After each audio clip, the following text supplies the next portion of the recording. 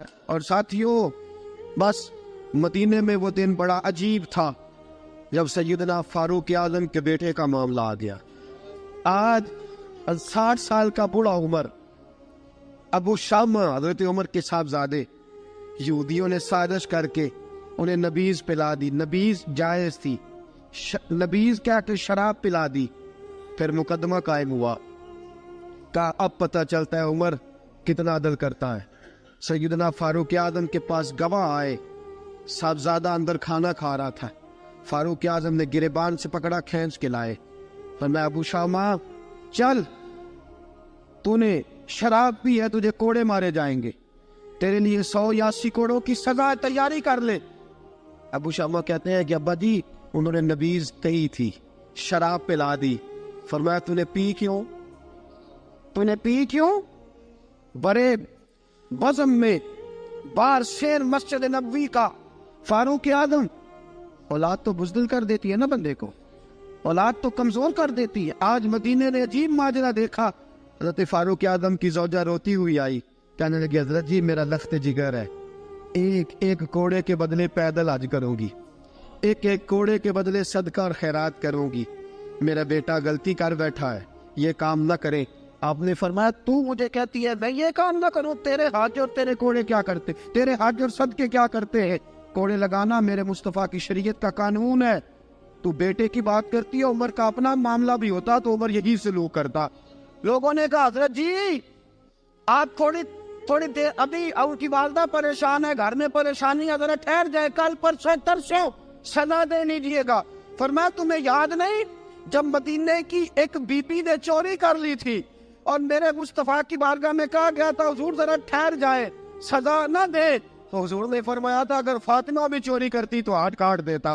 تمہیں یاد نہیں نظر مصطفیٰ کے ٹکڑے کھانے والا ہوں، میں کیوں دیر کروں؟ اس نے گناہ کرنے میں دیر کی ہے جو سزا میں دیر کروں، برساؤ کوڑے۔ حضرت افلا نامی غلام، حضرت جی آپ کا لخت جگر ہے۔ فرمایا لخت جگر نہ دیکھ، مصطفیٰ کا قانون دیکھ، میرا بیٹا نہ دیکھ، مصطفیٰ کے قانون کا قیام ضروری ہے۔ اگر علی بیٹے کی قربانی دے سکتا ہے، اگر لوگ فاطمہ کے بیٹے کی قربانی یاد رکھیں گے تو تاریخ کبھی بھی عمر کے بیٹے کی قربانی نہیں بھولے گی۔ فرمایا غلطی سے ہو گیا یا جیسے بھی، اسے خیال کرنا چاہیے تھا، کوڑے لگاؤ۔ 80 کوڑے لگے تو بیٹے کی روح پرواز کر گئی۔ جب جوان بیٹا کسی کا، کوثر نیازی نے کہا تھا باپ کا جنازہ اٹھانا بڑا آسان پر بیٹوں کے جنازے اٹھانے بڑے مشکل ہیں۔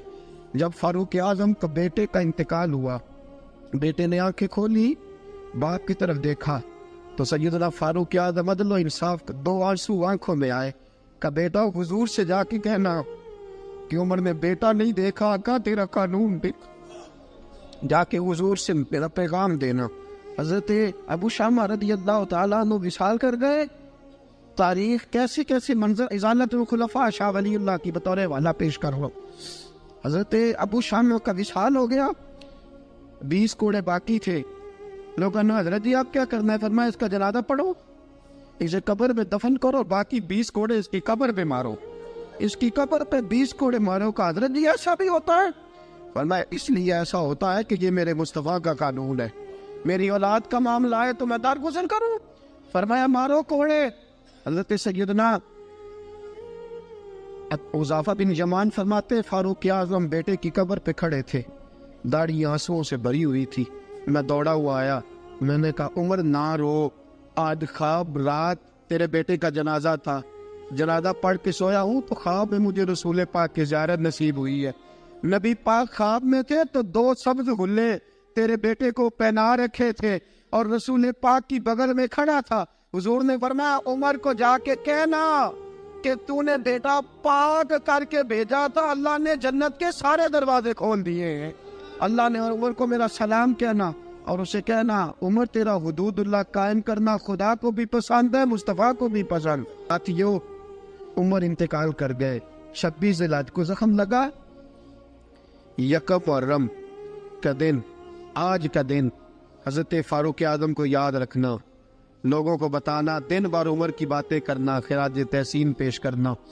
حضرت فاروق اعظم کو زخم لگا، آپ نے فرمایا اپنے بیٹے سے بیٹا جا حضرت عائشہ کے پاس گنبد خضرا میں 3 لوگوں کے دفن ہونے کی جگہ ہے. ایک میں ابو بکر دفن ہو چکے, ایک میں رسول پاک کا مزار قدسی بن چکا, ایک جگہ خالی ہے.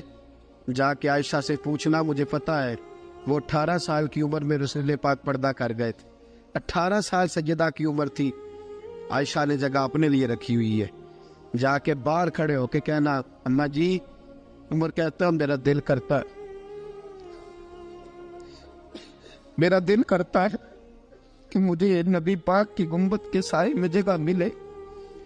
جا کے عرض کرنا, اور بیٹا باہر کھڑے رہنا, زیادہ ضد نہ کرنا, مومنوں کی ماں ہے. حضرت سیدنا عبداللہ ابن عمر کہتے ہیں باہر کھڑا تھا, دروازے کے باہر کھڑے ہو کے کہا کہ عمر کا بیٹا ہوں. اماں جی. عمر فرماتے ہیں اجازت دو تو دل کرتا ہے نبی پاک کے ساتھ لیٹ جاؤں.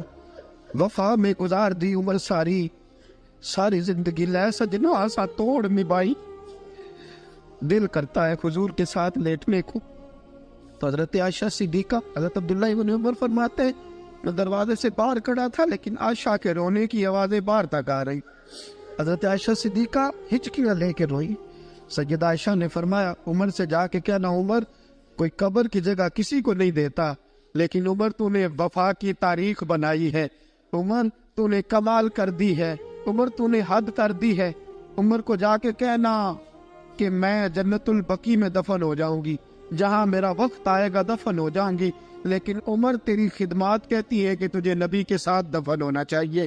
سیدنا عبداللہ ابن عمر فرماتے ہیں کہ جب دفن ہونے کے پانی پر سہیلیاں رنگا رنگ کھڑے, ترے اوسدا جانیے جس دا توڑ چڑھے. فرماتے ہیں آیا, عمر کو آ کے بتایا, پیشانی خون سے بھری ہوئی. عمر نے سجدے میں رکھ دی, رو کے کہا آج میری توڑ نبھ گئی ہے. حضرت فاروق اعظم مصطفیٰ کے ساتھ لیٹ گئے. میرے نبی نے فرمایا عمر میں تجھے اپنے پڑوس میں دفن کر رہا ہوں, تو نے اگر راہ وفا میں بیٹے تک قربان کر دیے ہے نا, تو قیامت تک جو مجھے سلام کرنے آئے گا تجھے بھی سلام کر کے جائے.